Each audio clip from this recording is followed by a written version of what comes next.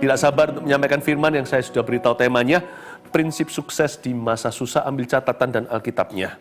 Ya, ada banyak pewahyuan dan hikmat, jangan dilewatkan. Apalagi kita sekarang pelan-pelan mulai kembali normal. Pekerjaan harus resume meskipun tidak seramai dulu, tetapi sekarang ini sudah mulai rodanya berputar. Alangkah baiknya sementara masih sepi, masih persiapan diri, kita bongkar fondasi jikalau ada salah. Kembali ke fundamental iman. Hari ini dalam saat teduh saya pribadi tadi pagi, saya banyak dapat rema-rema tentang pekerjaan, tentang bisnis jemaat, tentang karir kita semuanya. Ya, ambil catatan, prinsip sukses di masa susah, Amsal 10 ayat 1 sampai 8. Judulnya di Alkitab kita bahasa Indonesia, kumpulan Amsal-Amsal Salomo. Kalimat pertama juga Amsal-Amsal Salomo. Jadi Salomo orang yang paling berhasil secara materi, tapi memang dia up and down sih kerohaniannya. Dia sempat murtad lalu kembali. Kitab Pengkhotbah adalah kitab pertobatan Salomo.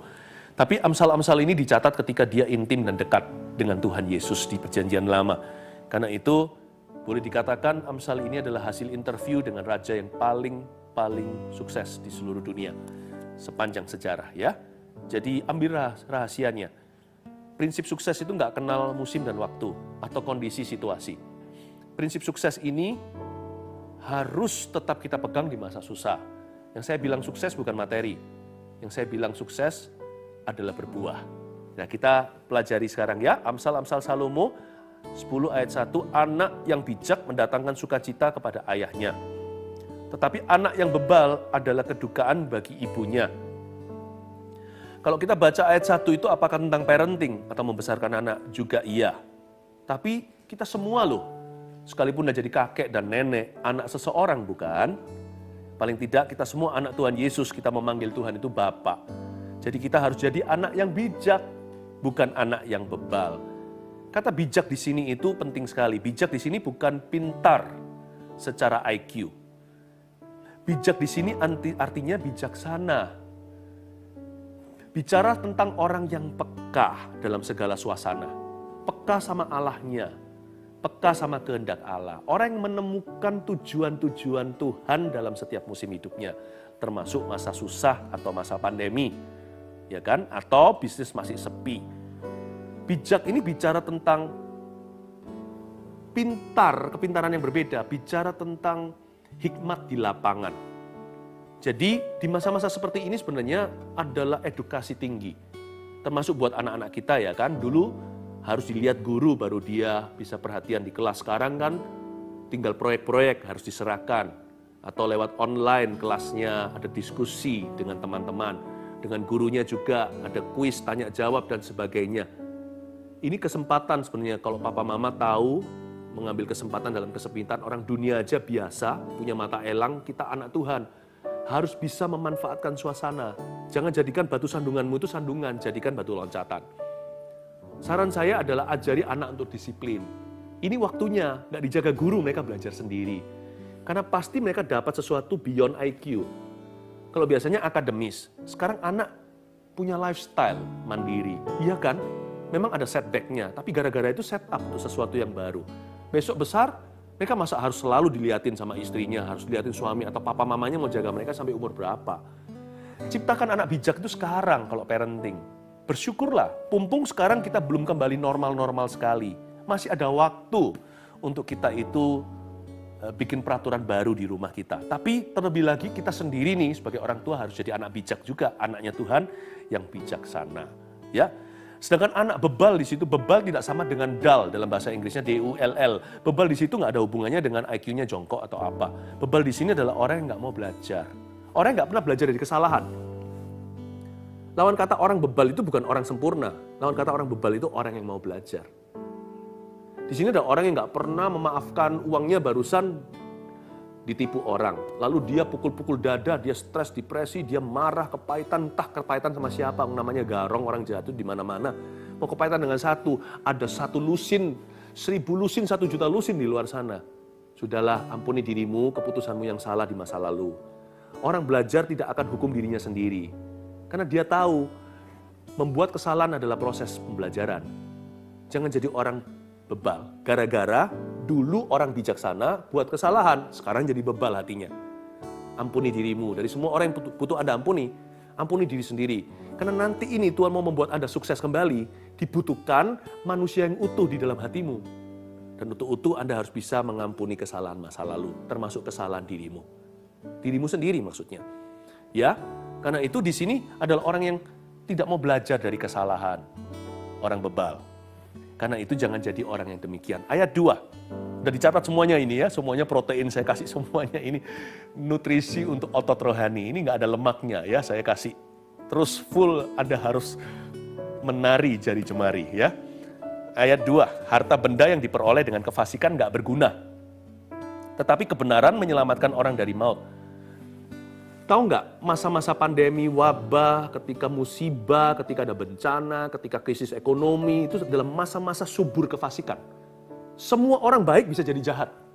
Orang jahat tambah jahat. Nggak bisa orang jahat itu dalam masa baik aja nggak bisa jadi baik kok, apalagi kalau dalam masa jahat. Ya, hati-hati ya. Saya kasih peringatan dari ayat ini karena kita punya masa depan penuh pengharapan. Jadi jangan desperado putus asa sekarang. Bunuh diri secara ekonomi atau bunuh reputasimu yang bersih selama ini. Dibangun puluhan tahun sekalipun sekarang ada pukulan. Jangan buang semuanya ke lautan karena Anda masih punya masa depan. Kelihatannya your future is bleak. Kelihatannya mungkin sangat suram sekali, tapi dalam Tuhan warna itu putih bukan abu-abu. Abu-abu itu sementara.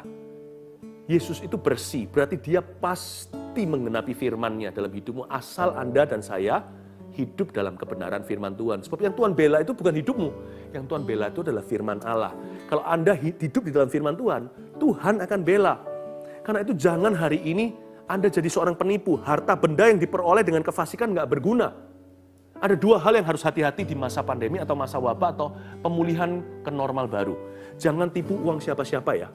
Saya tahu mungkin Anda lagi susah. Ada di antara kita susah. Tapi usahakan untuk kembalikan, di kredit juga boleh. Harus ada good intention. Harus ada well intention. Harus ada, harus ada maksud baik. Karena orang Kristen itu harus jadi orang baik. Anak Tuhan. Nggak cool ya, kayaknya nggak keren ya. Hari-hari ini rasanya yang keren itu yang born to be bad gitu ya. No. Baik is cool. Baik itu keren. Harta benda yang diperoleh dengan kefasikan nggak berguna. Jangan tipu uang orang, apalagi menipu uang orang Kristen. Oh, no, nehi kata orang India, jangan. Kenapa? Karena orang Kristen nggak boleh balas. Bahayanya di sini. Karena pembalasan adalah haknya Allahnya. Jadi lebih bahaya menghadapi Tuhan yang murka daripada menghadapi orang Kristen yang menagih hutangmu. Jangan ambil uang yang bukan milikmu, apalagi dari saku anak-anak Tuhan. Lebih parah dari itu apa? Yaitu bukan orang yang menipu orang Kristen. Lebih parah dari itu adalah, sama parah minimal, adalah orang yang menipu sebagai orang Kristen. Orang Kristen kok nipu? Nggak boleh. Jadilah Sakius modern. Kembalikan. Kalau Anda punya lebih lain kali, orang Anda larikan hartanya, itu kan ada bunganya. Kembalikan 4 kali lipat kayak Sakius. Nggak masuk akal. Buktinya di Alkitab berarti masuk ke iman kita. Pasti ada upah besar menantinya. Lebih parah daripada menipu orang Kristen adalah menipu padahal orang Kristen. Jangan menipu uangnya hamba Tuhan. Lebih parah dari itu adalah menipu padahal hamba Tuhan. Waduh, nggak boleh itu, nggak boleh. Ya, itu parah sekali. Itu dendanya besar itu dengan sorga ya. Jadi hari-hari ini, please hati-hati, please bersih soal money. Saya tahu masa susah, masa kefasikan. Jangan sampai uang seterusnya dalam hidupmu nanti kecampur. Uang berikutnya berkat, tapi karena kirbatnya lama, kirbatnya tuh tipu, nanti jadi akel dama. Uangnya Yudas Iskariot itu loh, jadi uang darah. Coba lihat di Israel hari ini, tanah itu di samping kiri kanannya subur, tempat itu tandus, kayak ada kutuk itu. Kelihatan dengan mata, dengan jasmani. Itu kelihatan tempat itu angker sekali. Di dunia ini orang bisa cuci uang, tapi uangmu tidak akan pernah dicuci di mata Tuhan seumur hidupmu. Susah payah akan mengikuti yang tidak perlu. Be careful.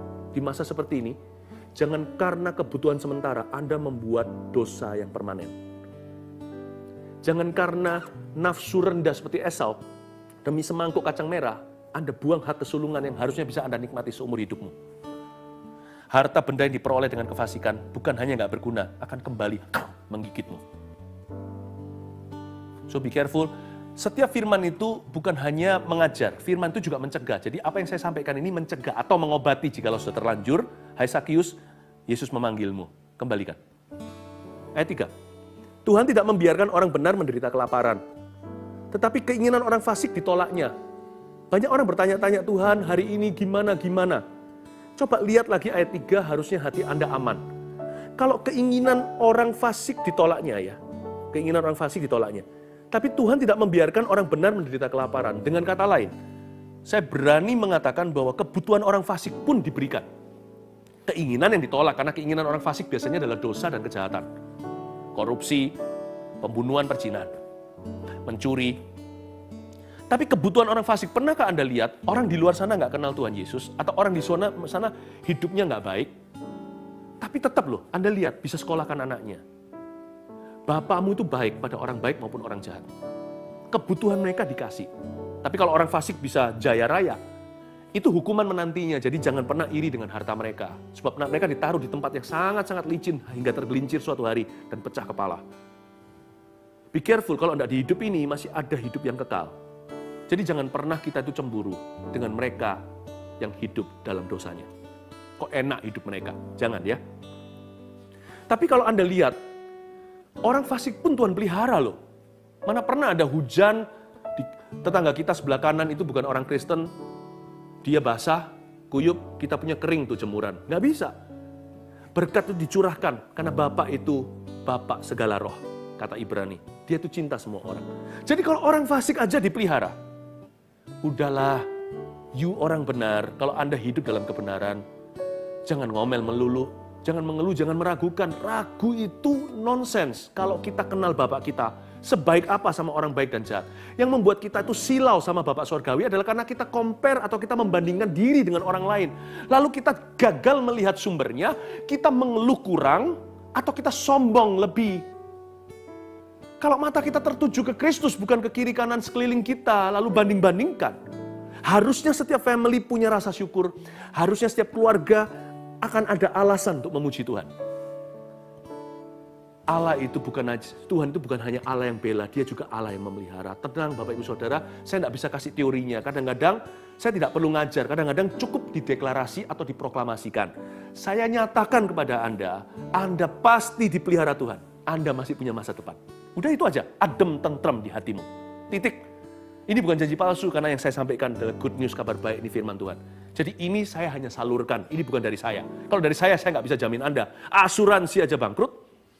Tapi Tuhan punya company, tidak punya tutup buku. Kerajaan Allah tidak pernah tutup pintu. Sorga nggak pernah lockdown, catat itu. Sorga tidak pernah lockdown atas Anda. Dan Anda tidak pernah jauh karena karantina dari Allah Bapa. Tidak ada distancing from God. He is always there with you, namanya Immanuel. Ya. Nah, kita sekarang lihat ayat yang keempat. Tangan yang lamban membuat miskin, tetapi tangan yang rajin menjadikan kaya. Oke, bedain dua tangan ini. Ya, modelnya sama, kulitnya kurang lebih, tapi ternyata beda rezekinya. Di mana? Tangan lamban buat miskin. Tangan lamban itu apa? Tangan yang beralasan. Itu tangan lamban. Tangan yang harus diingatkan. Gini loh, ada nggak ada pekerjaan hari ini Anda di PHK atau dirumahkan atau Anda kembali kerja tapi di posisi lebih rendah, siapa tahu ada yang dipromisi lebih tinggi, bisa jadi. Pokoknya, tangan Anda tidak boleh lamban. Tuhan nggak berkata pekerjaannya yang cepat loh ya, tangannya yang cepat. Tuhan nggak berkata pekerjaannya ada nggak ada pekerjaan, tangan jangan lamban. Tangan itu jangan beralasan. Apapun yang Anda temukan di depanmu bisa kau pegang, bisa kau kelola dan kerjakanlah. Sekalipun tidak menghasilkan uang, kerjakanlah kalau itu berguna. Asal itu berdampak, asal itu positif, asal itu halal, asal itu legal. Apalagi kalau Anda terpanggil untuk itu, otomatis ada paycheck-nya di belakang, ada salary, ada gaji atau tidak, Anda jangan izinkan tanganmu nganggur. Tangan yang lamban itu tangan yang beralasan. Nggak bisa, ini nggak boleh, demi gengsi. Nowadays, kalau Anda kehilangan company, perusahaan, Anda sekarang harus kerja, nguli, dan meracang. Kalau Anda harus kerja sama orang, udahlah peduli amat teman-temanmu bilang apa. Peduli amat arisan nanti ketemu ibu-ibu ngomong apa. Yang penting makanan kita halal. Apapun yang tangan kita Apapun yang Tuhan taruh di tangan kita, baik pabrik roti atau hanya 5 roti 2 ikan, kelolalah. Jangan malu, kerjakanlah dengan rajin. Jangan beralasan. Jangan menolak berkat gitu loh. Karena banyak orang itu suka berkat, yang mereka terima berkat dengan B huruf besar. Berkat itu kadang-kadang dengan B huruf kecil, apapun itu juga terimalah. Jangan terima berkat itu, terima belas kasihan orang, dikasih uang itu. Ya kalau Tuhan mengirimkan gagak, boleh lah ya. Tapi kalau Tuhan membuatmu jadi raja wali, itu lebih baik lagi. Daripada kita dikasihani, lebih baik kita dikasih kerjaan. Bayaran sedikit nggak apa-apa, padahal tadinya saya bos tinggi. Sekarang jadi pekerjaan rendahan. It's okay lah ya. Kerjakan B huruf kecil pun kau sambut dengan giang remi, dengan riang gembira. Dengan girang gitu. Jangan menjadi tangan yang harus diingatkan juga. Apa yang harus Anda kerjakan, jangan bos harus ingatkan, jangan orang lain harus reminder. Set alarm clock sendiri. Saya selalu begitu, saya punya roh yang rajin, jadi sebelum saya set alarm clock saya, jam 6 pagi. Biasanya selalu 6 kurang 5, saya bangun sendiri. Kalau saya set jam 5 pun 5 kurang 5. Kalau saya set jam 7, biasanya nggak mungkin saya tertidur sampai jam 7. Tanpa minimal bangun sekali. Katakan jam 7. 7 kurang 5 atau 7 kurang 15 saya sudah bangun sendiri. Sudah terbiasa saya ini diteter Tuhan Yesus. Dididik oleh Tuhan. Gak ada orang Kristen itu yang berdarah malas itu gak ada. Kita punya darah itu semuanya ada yang darah O, ada darah A, AB dan sebagainya. Darah kita semuanya itu R, rajin. Tuhan Yesus loh gak pernah leyeh-leyeh, tidak pernah ongkang-ongkang kaki, tidak pernah nganggur. Kalaupun dia sabat, penganggurannya pun dengan visi. Dia berdoa atau melakukan perkara-perkara yang berguna. Turun sabat, bahkan di dalam sabatnya banyak mujizat. Makanya dia dibenci sama ahli Taurat. Janganlah tanganmu lamban. Jangan beralasan, jangan harus diingatkan. Tangan rajin itu apa? Tangan rajin itu adalah tangan yang inisiatif dan inovatif. Tangan yang inovatif dan inisiatif akan menghasilkan hidup yang produktif. Inisiatif itu apa? Tangan yang memulai tanpa orang lain suruh. Jadi proaktif, tidak pasif. Cari sesuatu, temukan sesuatu. Tangan yang selalu mencari di tempat terang. Bukan tangan dalam gelap yang mencari HP orang, itu namanya pencurian. Atau orang yang pacaran di tempat gelap, itu hati-hati tangan. Tapi kalau tangan itu di tempat yang terang, hendaknya juga rajin untuk mencari dan meraba hal-hal yang berguna. Itulah tangan yang inisiatif dan tangan yang kreatif. Apa yang kau kerjakan di tangan Anda, bahannya sama dengan tetangga. Ya kan? Modal mentahnya itu loh sama suppliernya, tapi di tangan Anda jadi packagingnya indah, luar biasa, dijualnya lebih mahal. Aneh ya, sama-sama dari tanah. Tapi di tangan orang tertentu bisa menjadi produk yang orang-orang biasanya malas hanya jual begituan. Di tempat dia diolah, sudah 2-3 langkah ke depan. Harganya bisa membumbung tinggi sebagai berkat ekonomi. Hanya karena tangannya itu kreatif. Padahal sama loh dari gunung yang sama, atau dari sawah yang sama, atau dari supplier. Orangnya juga sama. Minta sama Tuhan. Gini aja, saya minta sekarang. Ulurkan tangan Anda ke depan. Sebelum nanti kita doa, nggak apa-apa. Ini bukan doa, tapi saya mau ucapkan berkat. Tuhan Yesus, ulurkan semua tangannya seperti ini. Katakan sekarang bersama dengan saya, jadikan tanganku inisiatif. Katakan itu. Jadikan tanganku kreatif. Katakan, jadikan tanganku produktif. Taruh berkatmu di tanganku. B huruf kecil sekalipun. Aku terima. Katakan seperti ini, aku terima. Terima dalam nama Yesus. Amin. God bless your hands. Oh, I can feel the anointing. Saya bisa rasakan urapan Tuhan. Ini bukan sekedar pengajaran. Ini juga urapan. Haleluya. Kan kita saat teduh kan, ini kan saya saat teduh ya begini. Kadang-kadang Tuhan kasih saya teorinya, kadang-kadang Tuhan kasih saya kuasanya. Dan selalu Tuhan memberi saya roh dan kebenaran. Ya, lihat sekarang ayat yang kelima. Siapa yang mengumpulkan pada musim panas, ia berakal budi. Siapa tidur pada waktu panen membuat malu. Jadi waktu musim panas, siapa yang mengumpulkan dia pintar. Karena musim dingin akan tiba, orang tidak bisa panen apa-apa. Jadi selalu berlawanan gitu loh. Nggak jodoh dengan kalayak ramai. Tidak jodoh dengan publik opini. Ya. Jadi ketika semua orang diam, Anda bergerak. Ketika semua orang menyerah, Anda berjuang. Minta sama Tuhan berkat yang berlawanan dengan dunia. Siapa yang mengumpulkan musim panas, ia berakal budi. Tapi yang tidur pada waktu panen, maksudnya di musim panas summer yang sama itu, dia tertidur pulas. Nanti waktu winter, good luck my friend. Hari-hari ini banyak orang justru putus asa. Anda justru harus tambah asa. Sekarang ini banyak orang yang sepi kerjaannya, saya ngerti. Tapi justru taburlah. Justru kesempatan ini kesempatan di mana tidak ada panen, itu kesempatan untuk menabur. Supaya nanti pada waktu semua orang nabur kemudian hari, baru bangun tidur, lalu mikir nabur, Anda sudah panen. Gitu loh maksudnya. Jadi jangan sampai sekarang ini, memang sekarang nggak ada panen, jadi jangan mengeluh, nggak ada panen, nggak ada tuaian, putus asa, kecewa. Lalu habis itu takut sendiri setengah mati. Waktu semua orang setengah mati, Anda setengah hidup. Cepat jadi hidup situ. Sepenuhnya hidup untuk Tuhan. Jangan tangan lambat. Miliki prinsip yang berlawanan. Saya tahu sekarang nggak panen, semua orang putus asa, maka saya akan nabur. Nanti pada waktu semua orang bangun tidur, dia baru nabur, saya bangun tidur.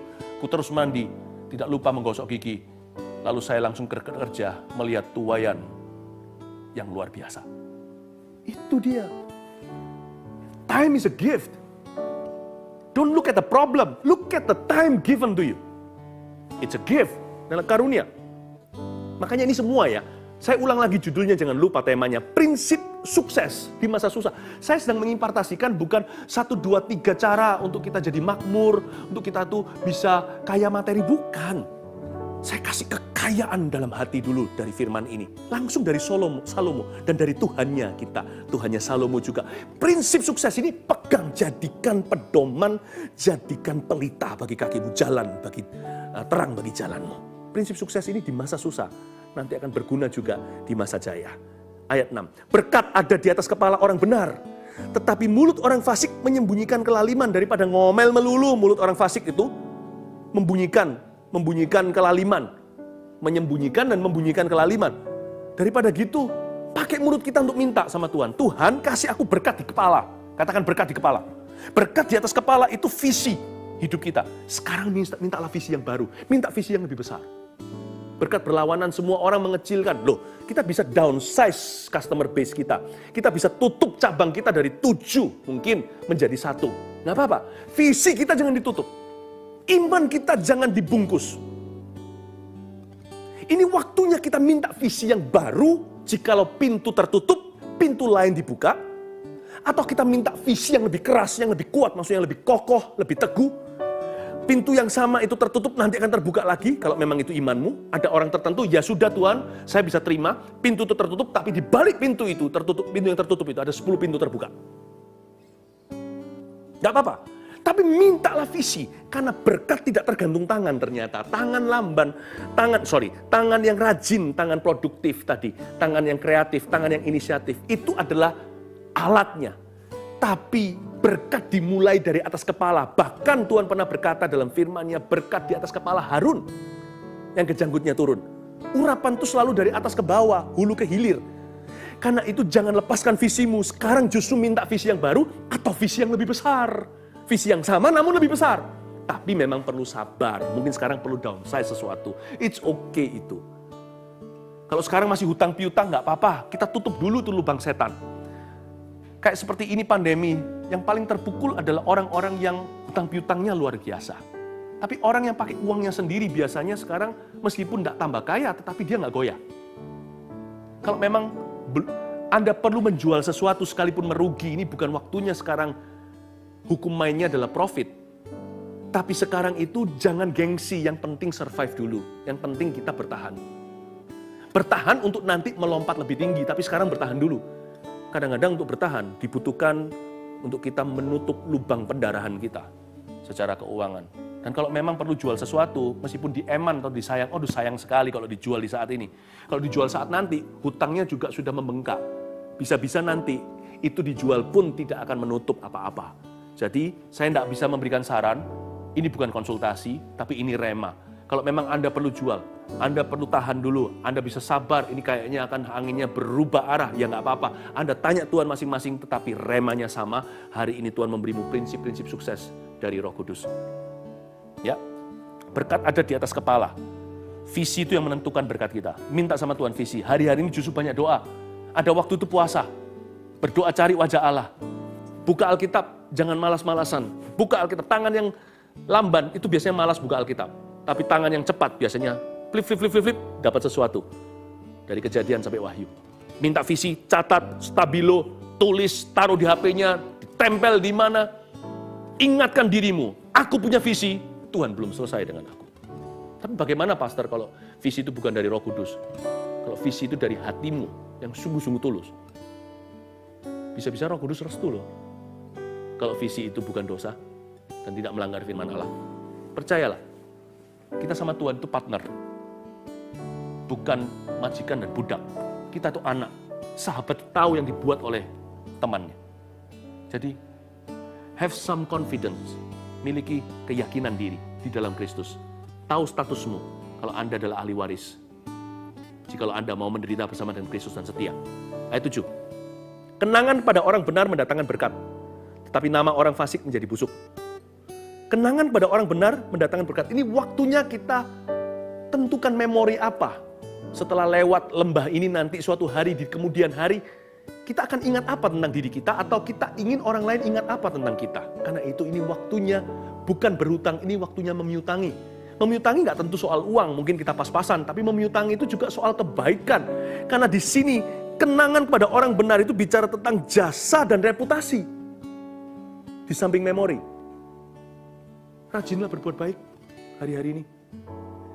Karena perbuatan baik kita itu bisa jadi giro mundurnya surga. Maksudnya giro mundur apa?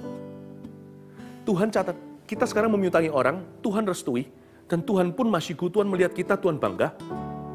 Bapak, Ibu, Saudara, jemaat Anda tidak akan tahu, 3 tahun lagi, 4 bulan lagi, mungkin 15 tahun lagi, orang-orang kepada siapa Anda berbuat baik dan memiutangi jasa dan kasih yang setulus-tulusnya. Bisa jadi nanti orang-orang itu yang akan Tuhan utus sebagai berkat terbesar dalam kehidupan. Orang-orang itu menjadi sumber promosimu. Bukan berarti kalau kita memberi itu pamrih. Enggak loh ya. Saya tekankan lagi, tulus hati. Itu urusan departemennya Allah. Jangan Anda urusi. Itu divisi you and me. Hanyalah setulus-tulusnya memberikan kenangan indah. Siapa kita dalam hidup mereka, kita muliakan Tuhan. Kita sebagai utusan sorga. Sebagai ambasador Allah untuk berbuat apa yang baik, apa yang benar, yang layak didengar, yang sedap untuk didengar, yang mulia, yang patut dipuji. Lakukan, bukan hanya pikirkan, lakukan semua itu kepada sesamamu. Kenangan pada orang benar mendatangkan berkat. Giro mundur, berkatnya datang kemudian hari, tahun, bulan, hanya Tuhan yang tahu. Nggak usah pikiri itu. Tuhan loh, nggak pernah hutang sama kita. Tuhan nanti yang urus itu. Nggak perlu Tuhan itu di reminder apa-apa. Sebab tangan Allah tidak lamban. Tangannya cepat turun untuk orang-orang yang berkenan di hatinya. Ayat 8 terakhir. Siapa bijak hati memperhatikan perintah-perintah. Tetapi siapa bodoh bicaranya akan jatuh. Ya. Jangan sampai kita itu menentang perintah Tuhan. Apapun perintah yang sifatnya susah, minta hikmat sama Allah. Prinsip orang sukses itu selalu begini loh. Dia bisa menebak maksud di balik setiap kalimat. Bedanya dengan orang tidak berhasil. Adalah orang itu selalu terpancing dan gampang terbawa dengan omongan orang. Ini sudah jadi kriteria orang yang tidak akan pernah achieve anything dalam hidup ini. Tidak pernah mencapai sesuatu yang kekal. Apalah yang berguna, jangankan yang kekal. Sesuatu yang besar aja nggak bisa. Nggak bisa kita dipercaya perkara besar kalau kita gampang kemakan omongan orang. Hoaks diterima, ditelan. Orang bilang apa diteruskan tanpa diuji terlebih dahulu.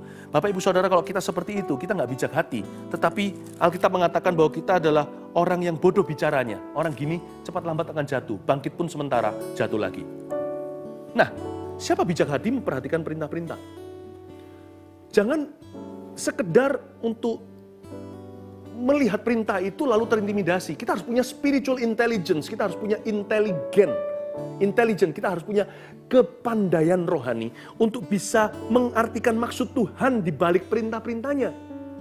Itu dia. Saya kasih contoh aja 10 perintah Allah ya. Simple. Waduh, banyak orang kan menjadikan itu batu sandungan. Mereka ketakutan. Wah, jadi orang Kristen nggak boleh ini sama itu. Itu kata-kata kefasikan. Orang yang mengucapkan kalimat seperti itu adalah kebodohan. Karena orang seperti itu akan jatuh sih. Bukan hanya jatuh dalam perintah-perintah yang dia langgar, atau perintah-perintah yang dia sangkali, perintah-perintah yang dia hina. Dia akan jatuh hal-hal. Bahkan, dia akan jatuh di dalam hal-hal yang nggak sampai ke perintah itu. Jatuhnya akan ketiban tangga. Tertimpa luar biasa. Andai kata dia memperhatikan perintah Tuhan, dia pasti akan menuai kebaikan. Dia akan memperoleh hal-hal yang mulia. Contohnya, 10 perintah Allah aja. Siapa bijak hati, memperhatikan perintah. Kata memperhatikan itu seperti orang memperhatikan di kelas. Jangan hanya sekedar guru mengajar, tapi coba mengerti di balik teori itu gimana. Itulah spirit of understanding, itulah roh pengertian. Bukan sekedar hafalan. Kalau zaman dulu masih kecil, kurikulum sekolah zaman dahulu hanyalah hafalan melulu. Tapi anak-anak sekarang ini pinter-pinter. Karena mereka sekarang itu dengan understanding. Karena sekarang ada banyak strategi mengajar, pendidikan pun maju. Nah, kenapa kerohanian banyak kita masih tumpul? Kita harus ubah itu. Siapa bijak memperhatikan perintah. Kalau perintah Allah 10 aja saya ambil 5. 5 yang pertama aja. Simple. Kenapa Tuhan bilang jangan ada padaku, jangan ada padamu Allah lain di hadapanku. Tuhan maha cemburu, Tuhan itu nggak kenaan. Tuhan itu maunya ganteng sendiri, gitulah. Nah, kalau lihatnya lubang donat ya selamanya hanya makan angin.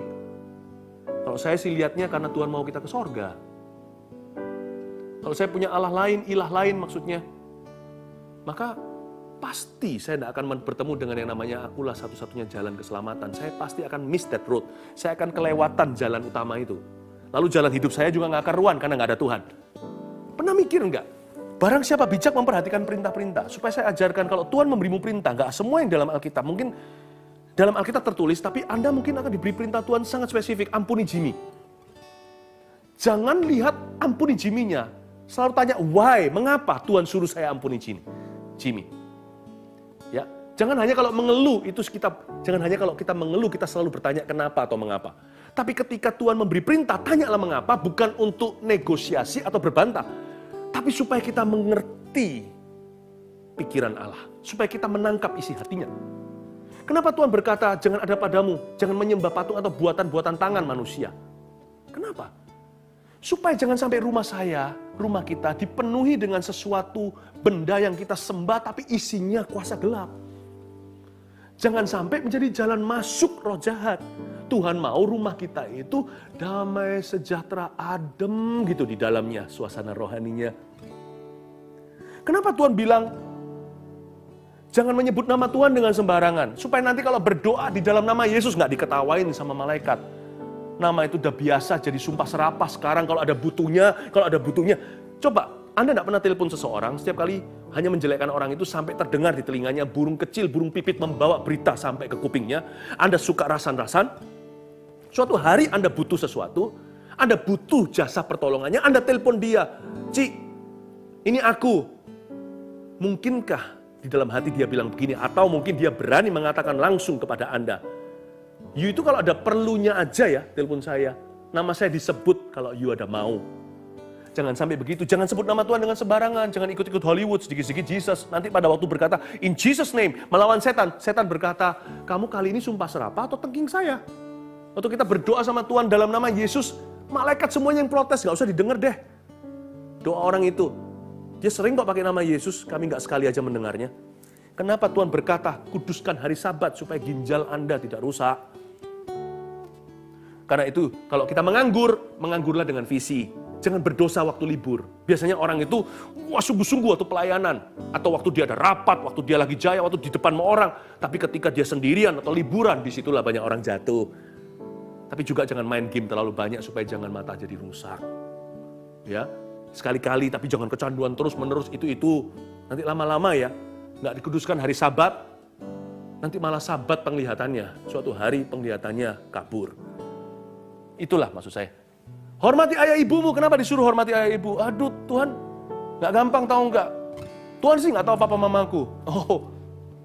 Mungkin kita bisa berkata begitu. Tapi tahukah, kalau Tuhan suruh kita hormati ayah ibu kita, Tuhan gak berkata hormati ayah ibumu yang baik, atau yang patut dihormati, atau yang layak. Kita disuruh hormati. supaya kita tidak pernah menjadi anak yang kurang ajar dan durhaka. Supaya jangan kita jadi malin kundang. Supaya kita juga becus jadi anak Tuhan. Kalau sama orang tua yang jahat aja, kalau yang kurang layak. Enggak lah ya. Saya enggak percaya orang tua Anda demikian. Tapi andai kata, kalau ada orang tua yang begitu, kalau sama yang jahat Anda bisa jadi anak, apalagi sama Tuhan yang begitu baik, yang super baik, yang paling baik. Anda pasti sukses jadi anaknya. Tuhan mau Anda sukses jadi anak. Tahukah Anda? Tuhan mau Anda sukses jadi anaknya. Oh, kalau kita baca seperti ini, siapa bijak memperhatikan perintah? Anda sekarang mengerti kan? Kenapa Tuhan kasih kita perintah? Siap-siap ya, setelah saya doa ini, prinsip sukses ini, di masa susah, nanti segera akan disusul dengan sebuah perintah dari Roh Kudus. Kalau perintahnya adalah ambil istri orang lain, itu bukan Tuhan. Karena Tuhan berkata jangan berzina. Nggak mungkin Tuhan langgar firman-Nya. Tapi kalau Tuhan beritahu satu perintah yang nggak ada di Alkitab, tapi tertulis fondasinya. Sesuatu yang simpel, contohnya kita suruh berkati seseorang. Taati itu. Kalau kita disuruh ngampuni, kalau kita disuruh bekerja, kalau kita disuruh doa, tiba-tiba dibangunkan, doa-doa. Jangan main game. Itu nggak ada di firman Tuhan.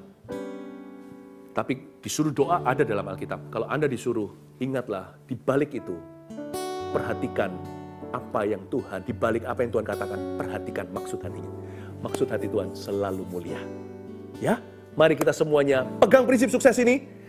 Di segala musim berbuah, kita akan menjadi orang yang berhasil untuk jangka yang panjang. Belum lagi kekekalan. Terpujilah nama Tuhan. Singa